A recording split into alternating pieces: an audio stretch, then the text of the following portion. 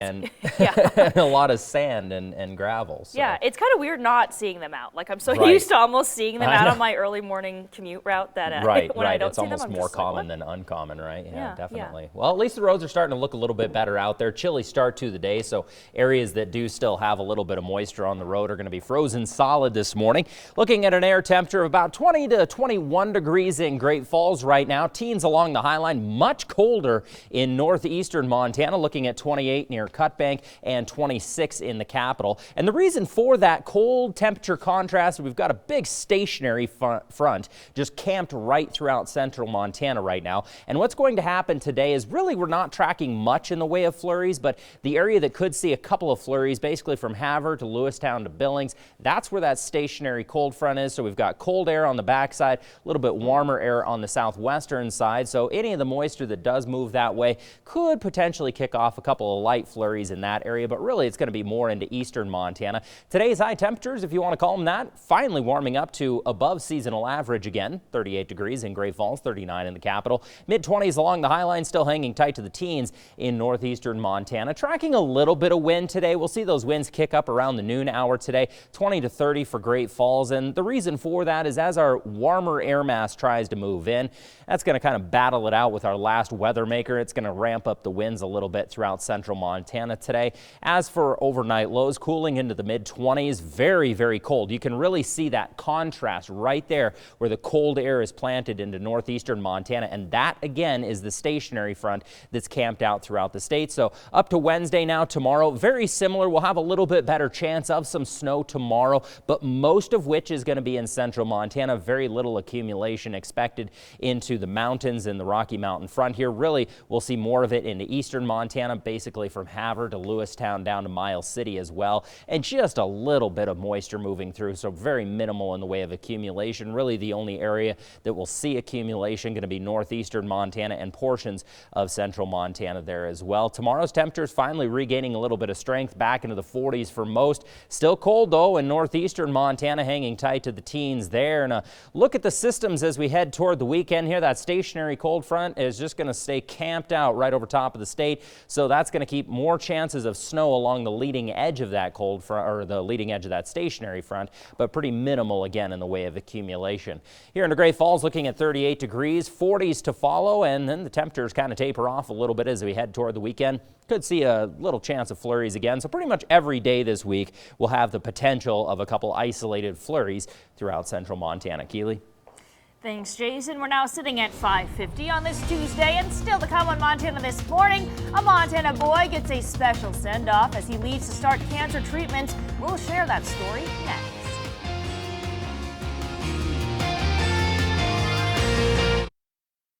Powered by the Montana Television Network. Montana This Morning continues on Montana's News Leader. And welcome back to Montana This Morning. Well, when it comes to making magic, it wouldn't be complete without a unicorn.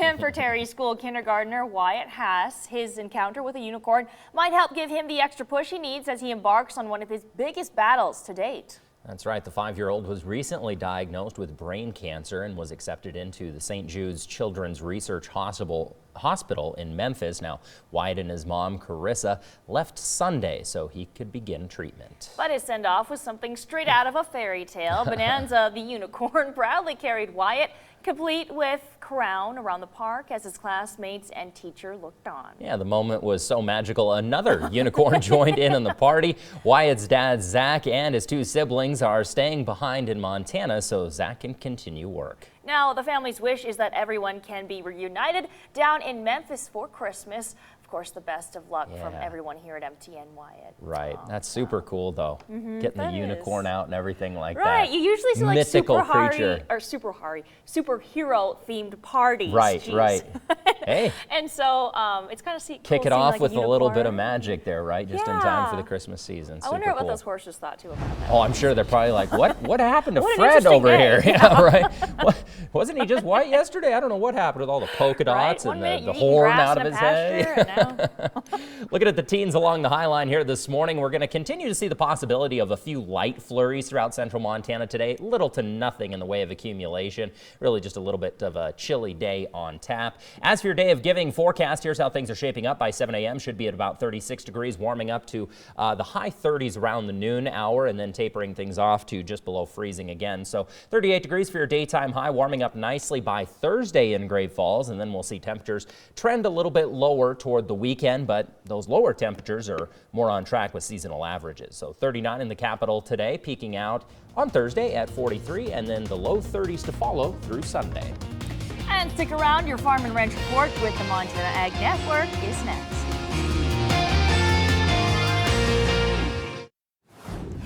It's 6 o'clock on this Tuesday morning and happening now.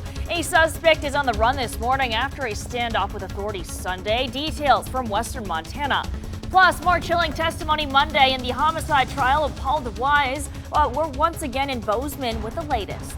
And a new flight is added to Helena Regional Airport. MTN takes you to the skies for that story. Montana This Morning starts now. Powered by the Montana Television Network. This is Montana This Morning from Montana's news leader.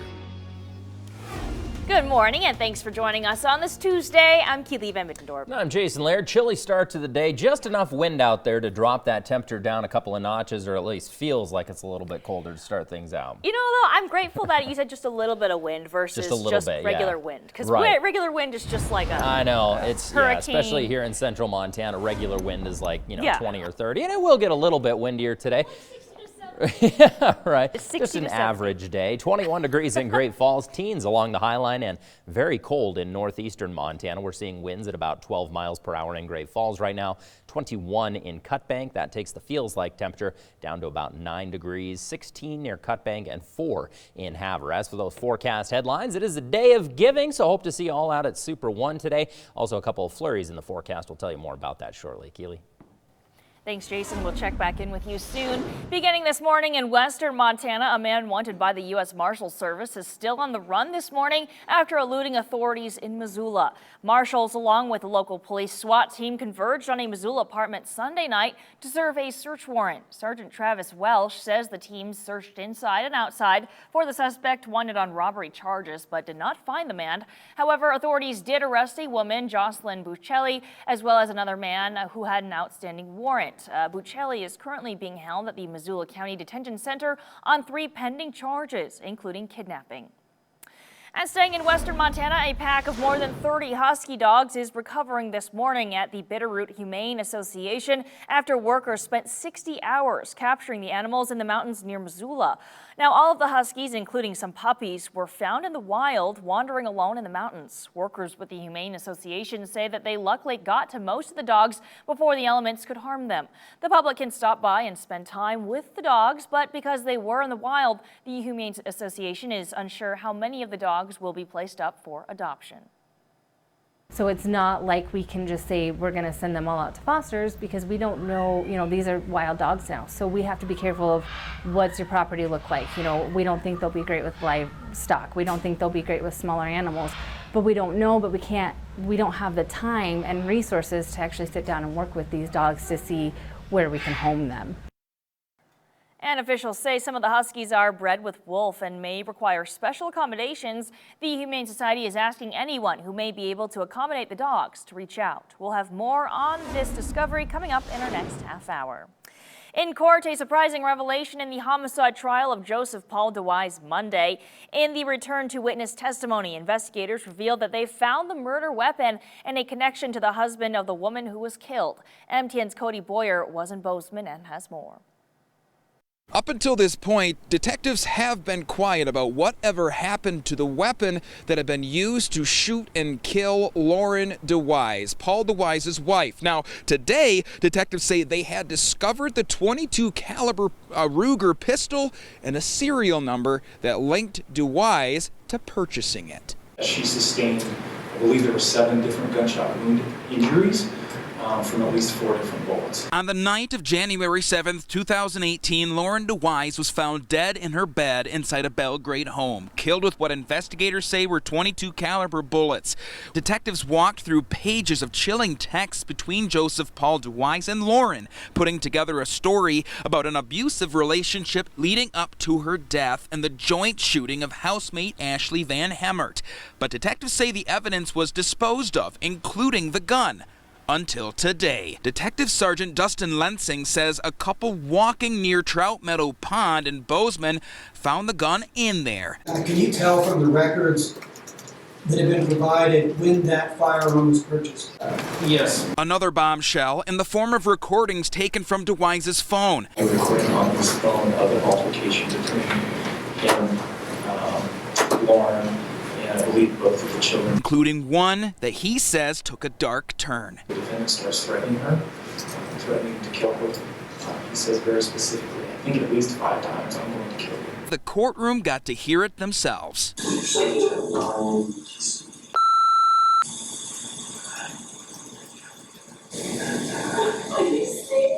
Detective James Esper also testified, having been in the room with DeWise shortly after he was first brought in for questioning. The person that came in ended up shooting. Esper says DeWise's demeanor seemed rehearsed, calm, quiet, yet rocking in his chair. In Bozeman, Cody Boyer, MTN News. Moving now to the Magic City, where city crews continued to remove an unstable piece of the rim rocks left Monday after boulders fell and demolished a Billings home back in September. The final chunk of rock, dubbed the East Block, came down from the rims yesterday afternoon. The city says this step makes the area below safe for crews to clean up and remove boulders that fell to the street. The East Block was a little stubborn at first. Workers had to drill extra holes into the stone to weaken its hold. City engineers hope work can start as early as Wednesday to break up and remove the remaining boulders. In consumer news, capital city flyers will have more options come 2020. The Helena Regional Airport announced a new flight from Helena to Seattle will begin in May of next year. The 76-seat daily flight by Alaska Airlines will be outbound from Helena at 7 in the morning and returns at 11:15 in the evening. Seattle is the most popular destination from the Helena Regional Airport. Airport Director Jeff Wadecamper said passenger loads across the board were up 23% in the last 6 years, and they need the new flight to continue to grow. This year we've been up only about 2% just because we're pretty well utilizing all the seats that we have, and so to grow further we need more seats, so that's why we're excited about this. Not only is it going to provide great connections, but it allows us to continue to grow the air service options in and out of the airport here as well. The last flight added to the Helena Regional Airport was a second daily Denver flight by United Express back in 2018. I'm Caitlin Boycell, reporting in Great Falls in front of Super One Foods, and I'm going to be telling you about how shoppers can help families this upcoming season. Next. And later in your weather forecast, our last weather maker continues to jog out to the east. High pressure will continue to build. That's going to cause some slightly breezy conditions throughout central Montana. As for your day of giving forecast, into the 30s here today. It's going to be a chilly one. Bundle up. We'll see you soon. Powered by the Montana Television Network. Montana This Morning continues on Montana's News Leader. And welcome back to Montana This Morning. The time now is 6:11 on this Tuesday, and today is all about giving back to the Great Falls community.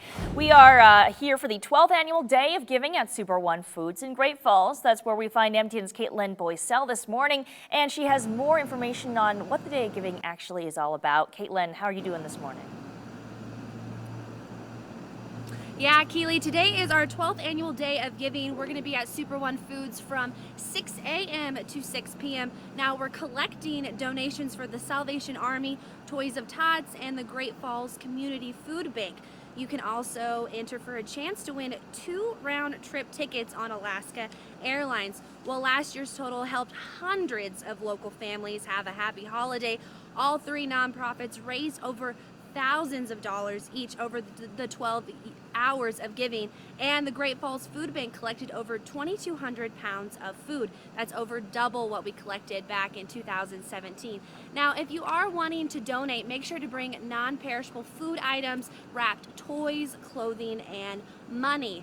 And again, we will be here until 6 p.m. tonight, so make sure you guys come out. Reporting in Great Falls, Caitlin Boycell, MTN News. Keely.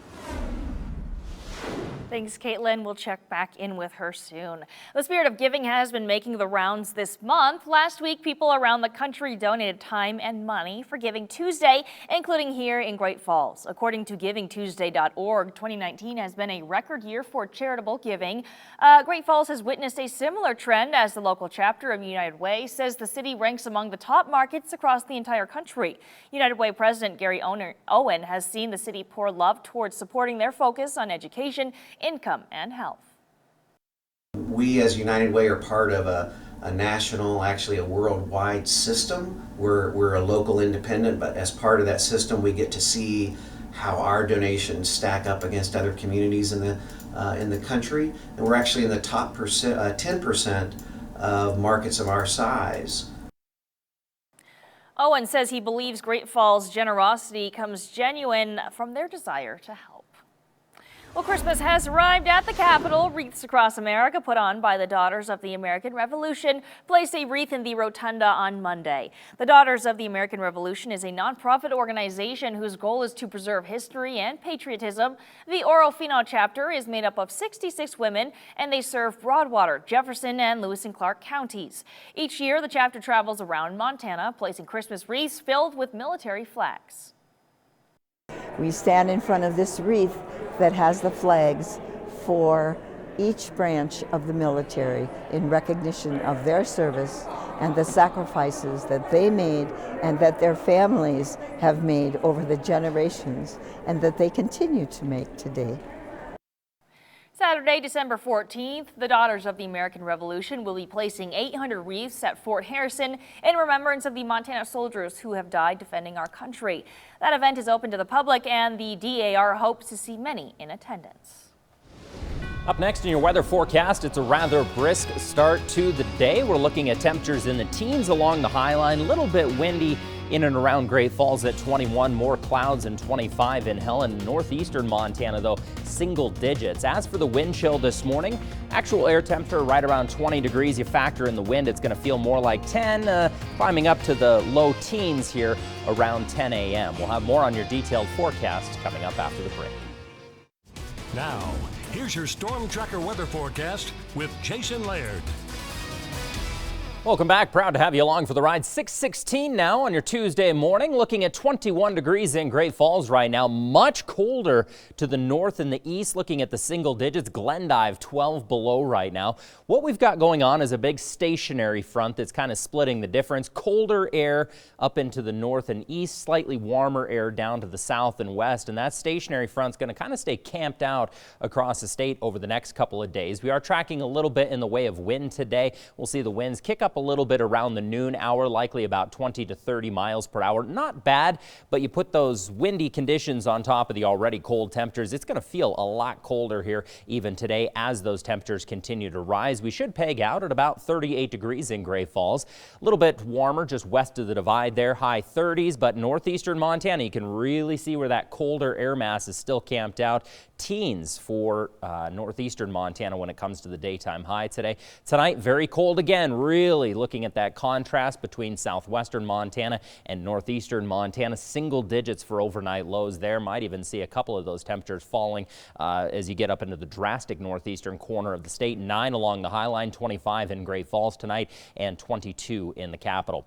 As we look into tomorrow, we will have the possibility of a couple of light flurries throughout central Montana. Very unimpressive though, and very little in the way of snow accumulation. What's going to happen is a little bit of moisture is going to try to push through the state, and again, with that stationary front camped out basically from Havre to Lewistown, kind of jogging over to Miles City, that moisture will likely kind of transition to a couple of flurries there throughout eastern Montana, but very, very little in the way of accumulation. As for the accumulation, most of it staying to the east of Lewistown. Can't rule out a couple of isolated flurries in central Montana, but really eastern Montana is where we'll likely see just a little bit of trace of accumulation as that moisture pushes through. Tomorrow we're going to start to regain more strength. Even northeastern Montana finally starting to break out of those teens in some areas. 41 in Great Falls, 40 in the capital, a little bit cooler than west of the divide as we see a little bit of fresh snow into that area. Mid-20s along the High Line tomorrow. Breaking things down a little bit further now.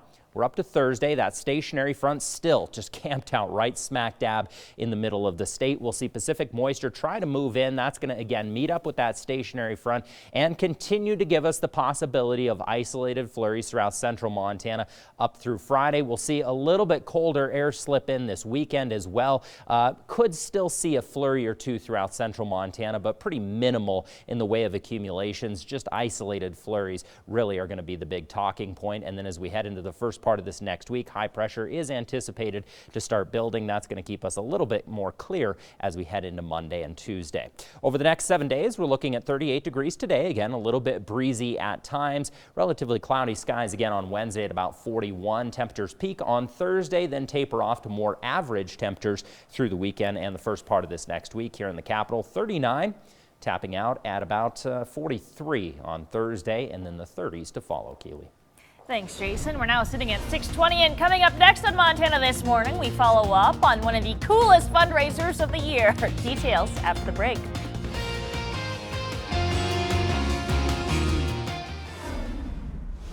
Coming up today on Court TV, our continuing coverage of Florida versus Mark Sievers. Mark Sievers has already been found responsible for the death of his wife, Teresa. Prosecutors say, and the jury agreed, that he orchestrated her murder by hiring his best friend to bludgeon her to death at her home. Well, the jury's decided that he's guilty of that. Now they must decide his punishment. And the question today is, will Mark Sievers get the ultimate punishment for the ultimate crime? It's the death penalty phase of the trial. We are live in Fort Myers today on Court TV. Watch Court TV on our MTN affiliates, KTVH Channel 12.4 and KTGF Channel 50.3. Powered by the Montana Television Network. Montana This Morning continues on Montana's news leader. And welcome back to Montana This Morning. Well, this past Friday was Great Falls' 14th annual Polar Plunge and the 21st across the state. That's roughly 130 jumpers raised $30,000 in donations for Special Olympics Montana, which will be divided among the Special Olympics sites all over the state. Now, CEO of the Great Falls Special Olympics Montana chapter says that she loves seeing the community bands together and support Special Olympics. My favorite part about seeing the community come together to support Special Olympics is the camaraderie. So everybody wins. Not only do our athletes win and feel part of it, but also those who promote that also feel part of it. It's just an incredible feeling of togetherness, and that's what our mission is all about. Now, McCarty says the Polar Plunge is still going on across the state, so if you wanted to participate in Friday's jump but didn't get the chance, there's still plenty of pools to plunge into throughout Montana. Yeah. I think in some areas, too, they even do it in rivers or like lakes. Oh, really? But just really like in a shallow area. In Billings, they used to do it in Lake Elmo. Oh, okay. Maybe that's what I'm thinking Yeah, of. and I remember, I want to say Helena, I one think year too. I worked there, they did have to cancel it because it was like that cold. Really? Don't quote me on that, but it was for Montanans. Yeah, it was stupid cold one year, I remember. But no, they would just get out there. The firefighters would like take a chainsaw and cut a big hole in the lake, and you just toosh right in there. Go in. Yeah, yeah. Throw in a fishing pole too. Yeah, maybe, exactly. like. Right. Pull out a couple of trout while you're down there. Yeah. That's great. Fresh fish. Dinner right? and a show. Yeah. There you go. Not too bad. 16 degrees along the High Line, tracking a couple of light flurries in and around Fort Peck. really cold in northeastern Montana this morning. One whole whopping degree there. As for your day of giving forecast, we're going to start out with about 36 degrees around the noon hour. That's going to be our daytime high, 39 degrees. A little bit of sun out there, but probably more clouds today than sun. Here in Great Falls, again, 38 for your daytime high. We're going to see temperatures continue to wind up to about 47 on Thursday and then falling as we head into the weekend. But even though those temperatures are falling, the low 30s would be about average for this time of the year. Here in the capital, 32 would be average. We're going to stay above that through Thursday, and then temperatures trailing off through the weekend and the first part of this next week. And stick around, there's more news ahead. Montana This Morning continues after a short break. It's 6:30 on this Tuesday morning and happening now. A suspect is on the run today after a standoff with authorities Sunday. Details from western Montana. Plus, more chilling testimony Monday in a homicide trial. We're once again in Bozeman with the latest. And home for the holidays, a western Montana animal organization finds itself packed with a new litter of pups. Montana This Morning starts now. Powered by the Montana Television Network. This is Montana This Morning from Montana's news leader.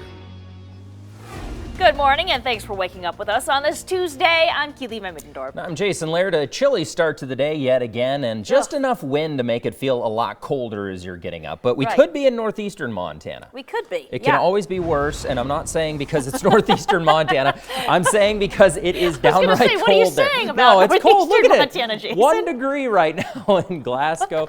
60. I promise that's not what I was going with that, but I realized as soon as I said it, I was like, that sounds awful, right? 21 in Great Falls, 25 in the capital here this morning. Again, just enough wind to really drop that feels like temperature down. Actually feels like 9 degrees in Great Falls, 16 along the High Line. As for those forecast headlines, again, it is the day of giving, so hope to see you out at Super One today, and we are tracking a few flurries. Your detailed forecast is coming up. Keely. Thanks, Jason. We'll check back in with you soon. Beginning this morning in western Montana, a man wanted by the U.S. Marshals Service is still on the run this morning after eluding authorities in Missoula. Marshals, along with the local police SWAT team, converged on a Missoula apartment Sunday night to serve a search warrant. Sergeant Travis Welsh says the team searched inside and out for the suspect wanted on robbery charges, but did not find that man. However, authorities did arrest a woman, Jocelyn Buccelli, as well as another man who had an outstanding warrant. Buccelli is currently being held at the Missoula County Detention Center on 3 pending charges, including kidnapping. And continuing our crime watch this morning, as the temperatures dip, the number of thefts seem to be on the rise. MTN's Jennifer Hausman spoke with one Great Falls resident that was recently the victim of a break-in where an estimated $14,000 of tool and equipment was stolen. If you're on social media, you may have seen a rise in the amount of people posting about things being stolen, like porch pirates or cars being broken into, or even garages. Like this post from Great Falls resident Dan Christensen. It's upsetting. I've worked hard for what I have, and for somebody to take it like the way they did it's not right. According to Christensen, the theft took place on Saturday morning when his garage was broken into. Unfortunately, he and his family didn't hear anything. The person or people responsible for the break-in made away with mechanic and hand tools, toolboxes, saws and drills, and even took the food out of the family's deep freeze. But the biggest loss was a lockbox. And inside that lockbox was all the letters that I received from family and friends when I was deployed with the Army. Dan hopes that by installing security cameras and ensuring other safety precautions are being checked nightly will help his family feel more safe at home again. The Great Falls Police Department is still investigating the incident, and Lieutenant Doug Otto offered a few safety tips to help you keep your items safe. Go through a kind of a routine check and try to make it the same every day. One of the things was that 9 o'clock rule. At 9 o'clock, make sure all your doors are locked on your garage, on your home, on sheds, or anything like that. And if you do run into situations like this, there are steps that you can take. If you believe the items are low in value or if there are no suspects, you can file a report on their website, or you can call the non-emergency number. In Great Falls, Jennifer Hausman, MTN News. And moving back to western Montana, the Root Humane Society takes in Ravalli County's abandoned pets and helps them find new homes. When they received a call that a husky had to have its leg amputated because it was shot, they uncovered much more than just a couple of dogs in need of help. MTN's Connor McCauley has more on how the Root Humane Society is dealing with this new influx of huskies. After 60 hours of trying to wrangle in these animals, the Root Humane Association now has over 30 new huskies that they're dealing with, which includes puppies. Now that's already added on top of the 17 dogs they have, all the cats, and 5 macaw birds that they recently added, meaning that they can use a little bit of the community's help this holiday season. So a lot got dropped on our plate of what are we going to do, space, financially, just all in all being able to care for all of these animals. Root Humane received a call about an injured dog, which over a course of several weeks led them to find adult huskies and their puppies neglected in the remote Bitterroot Mountains. So it's not like we can just say we're going to send them all out to fosters because we don't know, these are wild dogs now. So we have to be careful of what's your property look like. We don't think they'll be great with livestock. We don't think they'll be great with smaller animals. But we don't know, but we don't have the time and resources to actually sit down and work with these dogs to see where we can home them. So while Bitterroot Humane preps these neglected dogs to find homes, you can still stop by and spend some time with them. Maybe you'll find your new best friend. But we would definitely, if they come in and they want to spend a time with that dog, I would welcome that. That would make my heart happy because then we know that they're spending that time, they're bonding with that dog, and then we can actually see the interaction day to day. In the meantime, Bitterroot Humane is filled to capacity plus some, so they can use your help with donations. Yes, that's the biggest thing right now. I think that volunteers that want to come in and start helping, clinics that want to help, rescues that are aware of us, if anybody wants to come help us at this point, for donations or time, that's something that we are needing the most right now. Money, food, toys, blankets, or time, anything helps. In Hamilton, Connor McCauley, MTN News. In court, another revelation in a Bozeman homicide trial on Monday. Investigators revealed that they found the murder weapon and evidence that Joseph Paul DeWise killed his wife. On the night of January 7, 2018, Lauren DeWise was found dead in her bed, killed with .22 caliber bullets.